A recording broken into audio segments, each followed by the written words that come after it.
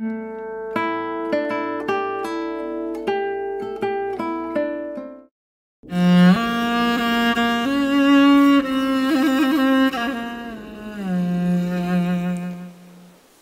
de vie, c'est tout simplement une autre manière de se souvenir, une autre manière de transmettre.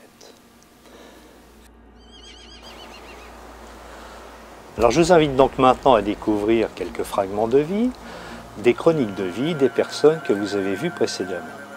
Alors il s'agit de courts extraits de 1 à 3 minutes, tirés de films qui eux peuvent aller de 50 minutes à 2 heures. Je vous laisse donc maintenant en compagnie de ces chroniques de vie.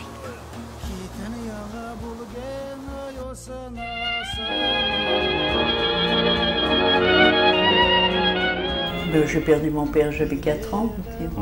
Puis c'est là que maman s'est remariée après. Alors mon père s'appelait René et maman s'est remariée avec mon oncle Clément. C'est quand même curieux. Ouais. Alors, je me rappelle qu'il me dit toujours, tu vas m'appeler papa. Mais je dis, il n'y a pas de raison que je t'appelle papa. T'es mon parrain. Alors, je viens d'appeler mon parrain, mais je ne veux pas t'appeler mon papa. T'es pas mon père. Mon père est mort, je lui disais. Quand mon oncle Clément est mort, je suis revenue au Pouliguen à nouveau. Et c'est là, après, je suis restée à Pin-Château chez ma grand-mère et maman est partie travailler à Paris. Et tu te rends compte qu'à l'époque, je voyais maman 1 fois par an.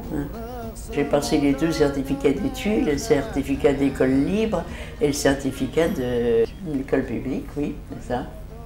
Avec mention bien, s'il vous plaît.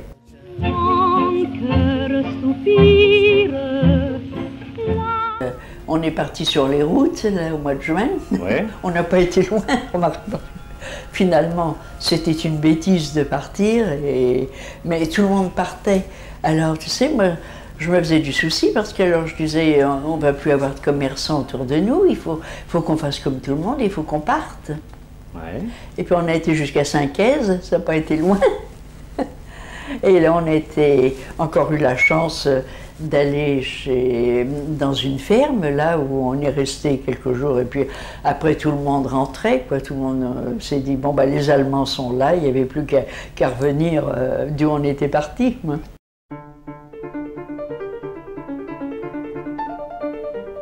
La rue de Verneuil était encore une rue complètement provinciale, dans laquelle passait tous les matins le chiffonnier, marchand d'habits chiffons, je ferraille à vendre, le vitrier, oh le vitrier, une fois par semaine la clochette du marchand de tripes à la mode de Caen, une fois par semaine le chevrier qui vendait du lait et des fromages, enfin, bref, toute une vie de quartier. On jouait à la marelle au milieu de la rue. Pas nous, parce que nous n'avions pas le droit, nous n'étions pas des enfants en cheveux, nous étions des enfants bien élevés. Ça veut dire que nous n'avions pas le droit de descendre jouer dans la rue. On regardait par la fenêtre les autres enfants jouer, mais nous, on n'avait pas le droit. On devait des sommes d'impôts considérables depuis des années. Je ne sais pas combien, j'ai oublié, d'ailleurs ça n'a pas d'importance parce qu'on ne sait plus ni la même monnaie, ni les... Mais en tout cas, il y avait une énorme somme d'impôts. Alors là, je suis allé voir le percepteur et je lui ai tenu le même langage. Vous ne pouvez pas tondre à neuf, vous n'en sortirez rien. Vous pouvez faire une saisie, vous en tirerez 3 francs 6 sous. Moi, je vous demande simplement de faire une croix sur les impôts.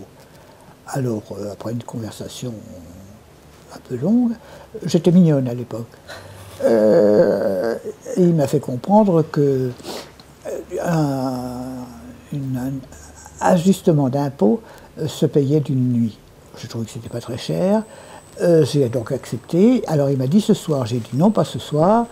Le reçu d'impôt d'abord et après on verra. Alors j'y suis allé quelques jours plus tard, j'ai eu le reçu d'impôt, j'ai pris rendez-vous pour le soir et je n'y suis pas allé. J'ai eu une trouille. Pendant des semaines, je n'osais pas passer devant la perception. J'avais peur de rencontrer mon bonhomme. Je ne sais pas pourquoi j'avais peur, je n'avais aucune raison d'eux, mais c'était comme ça. J'ai eu rétrospectivement une trouille bleue.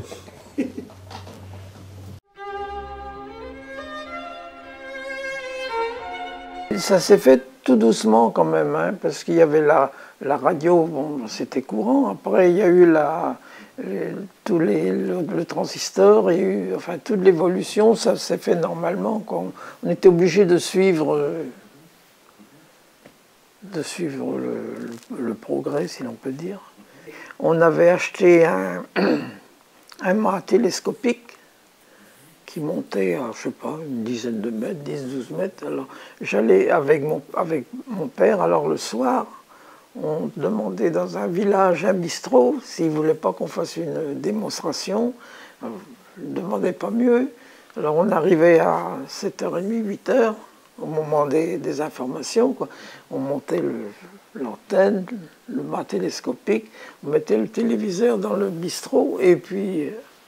Alors évidemment, tous les gens venaient voir la télévision, toute une soirée de télévision. Alors, après, on pliait bagages et on essayait de voir, évidemment, celui qui était intéressé, et puis essayer de revoir le lendemain, on revenait pour voir s'il était acheteur.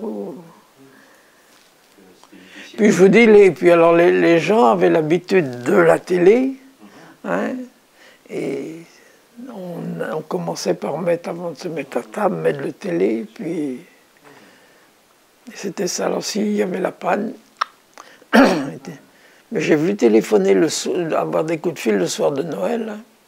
Ah oui. Monsieur Blouin, j'ai mon téléviseur et en panne, il n'y a pas d'image ou c'est pas bon, ainsi de suite. Bon, alors j'allais voir.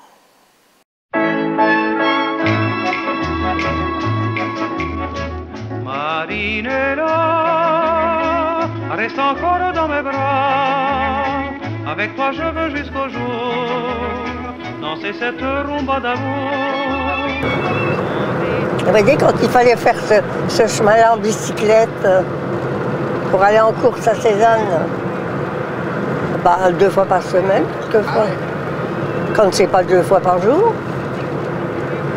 Mais j'allais à Épernay en vélo. Là, en revenant, j'étais fatiguée.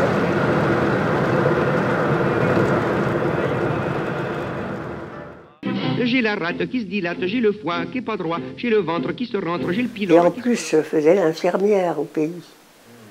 Je faisais les piqûres. Alors c'était le début de la pénicilline, toutes les 3 heures. Vous pouvez juger à une année de grippe ce que je pouvais faire. Quelquefois, je n'avais pas le temps de manger même.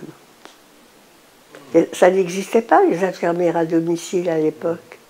Le docteur venait, il prévoyait des piqûres, mais il ne savait pas comment elles seraient faites.